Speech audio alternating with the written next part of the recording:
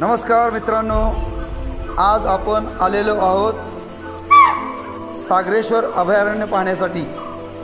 हे अभयारण्य विविध वृक्ष वनस्पती वेलींनी सजलेलं आहे आणि या अभयारण्यात विविध प्रकारचे पशु पक्षी प्राणी आपणास पाहायला मिळतील। यामध्ये विशेषतः हरिण, सांबर, काळवीट यांचा वावर जास्त आहे। अतिशय सुंदर असलेले हे अभयारण्य पाहण्यासाठी लोकांची खूप गर्दी होत असते। हे अभयारण्य पाहण्यासाठी आपण सर्वांनी यावं ही सर्वांना विनंती। हा व्हिडिओ सर्वांनी लाईक करा, कमेंट्स द्या आणि जास्तीत जास्त शेअर करा। चला तर महाराज की, भगवान सागरेश्वर की, भगवान समुद्रेश्वर की, हर हर हर हर हर हर हर हर हर हर हर हर हर हर हर हर हर हर हर भगवान सागरेश्वर की, हर हर हर हर हर हर।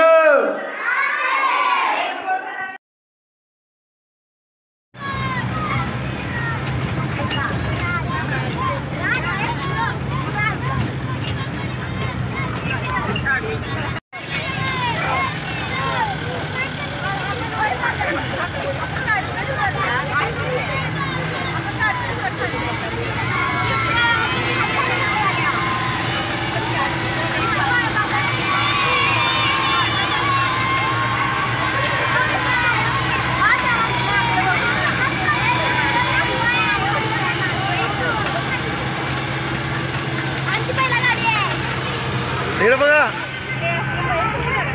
हर हर हर हर हर हर।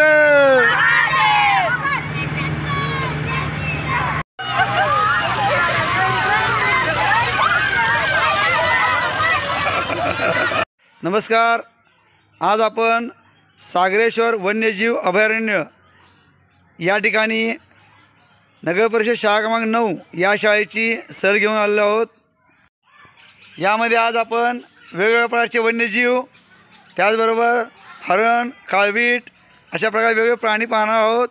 या ठिकाणी आज खूप उत्साहात आनंदात आपली मुलं आली आहेत। महाराष्ट्राचे एक अनमोल रत्न आदरणीय श्री यशवंतराव चव्हाण यांच्या स्मृतीस विनम्र अभिवादन करून आज आपण सागरेश्वर या ठिकाणी पर्यटन स्थळास भेट देण्यास आलो आहोत। यशवंतराव चव्हाण यांनी महाराष्ट्रासाठी खूप मोठं कार्य केलेलं आहे। जेव्हा चीननं भारतावर आक्रमण केलं तेव्हा पंडित नेहरू, भारताचे पंतप्रधान, यांनी यशवंतराव चव्हाण यांना संरक्षण मंत्रालयाची जबाबदारी दिली। तेव्हा आदरणीय यशवंतराव चव्हाण यांचं वाक्य होतं, जेव्हा जेव्हा हिमालयावर संकट येईल तेव्हा हा सह्याद्रीचा काळा पत्थर आपल्या छातीची ढाल करेल आणि नेहमीच महाराष्ट्र दिल्लीच्या प्रत्येक अडचणीवर धावून गेला आहे।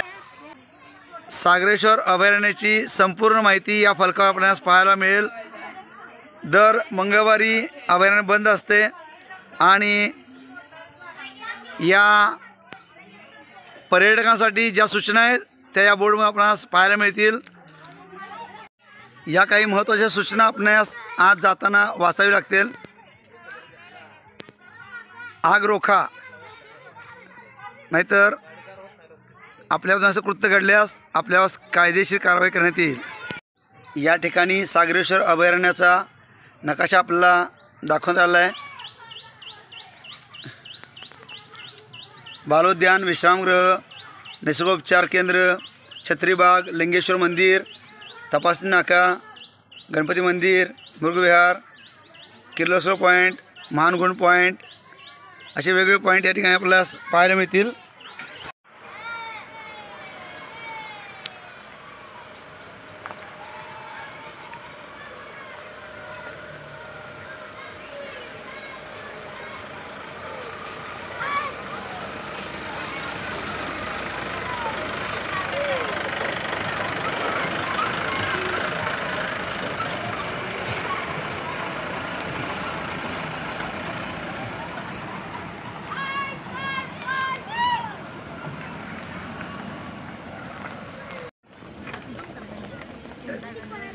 ए हरण बघा हरण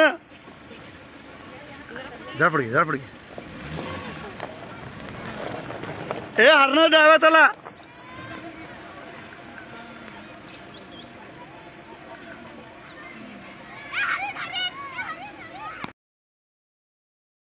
हे खालचं गाव आहे ताकारी कुठलं गाव आहे ताकारी इथं खाली आडवा पूल दिसतं का तिथे रेल्वे स्टेशन आहे बघा आहे का रेल्वेच्या खाली रेल्वे रोड दिसते बघा आहे का खाली रेल्वे रोड आहे पुढे बघा पुढं रस्ता गेला पुढे असा आहे रस्ता गेला इस्लामपूरला ईश्वरपूर कळलं का त्या खालच्या बिल्डिंग मधनं उजव्या रस्त्याला पुण्याला गेलं आणि इकडे रस्ता आहे तो तासगावला आहे ही ताकारीची मधली पेठ आहे बघा दिसतं का पुढे नदी दिसतं नदी आहे का नदी कशी दिसते अशी आहे का तेव्हा ती कृष्णा आपला सांगली जिल्हा ज्या पाण्यात तृप्त होतो पाणी पितो ती नदी आहे कुठली कृष्णा आणि या इथं दिसतंय बघा ते मोठे बिल्डिंग दिसतं खाली नदीवर तिथं ताकारी उपसा सिंचन आहे तिथं मोठे मोठे पाईप आहेत तिथं खूप मोठे मोठे पाणी मोठे 1600 हॉर्स पॉवरच्या म्हणजे मोठे त्यातनं पाणी असं वर या डोंगरावर आणलंय आणि तिथनं ताकारी कॅमेरा सगळ्या लोकांना जाते शेतावरची रांगोळी टाकली रांगोळी टाकायची शेत दिसत का तरी बघा काही शेताची नांगरून टाकलं बघा आता उन्हाळ्यात बघून घ्या नदी बघा हा ताकारी पूल दिसत ताकारी पूल बघा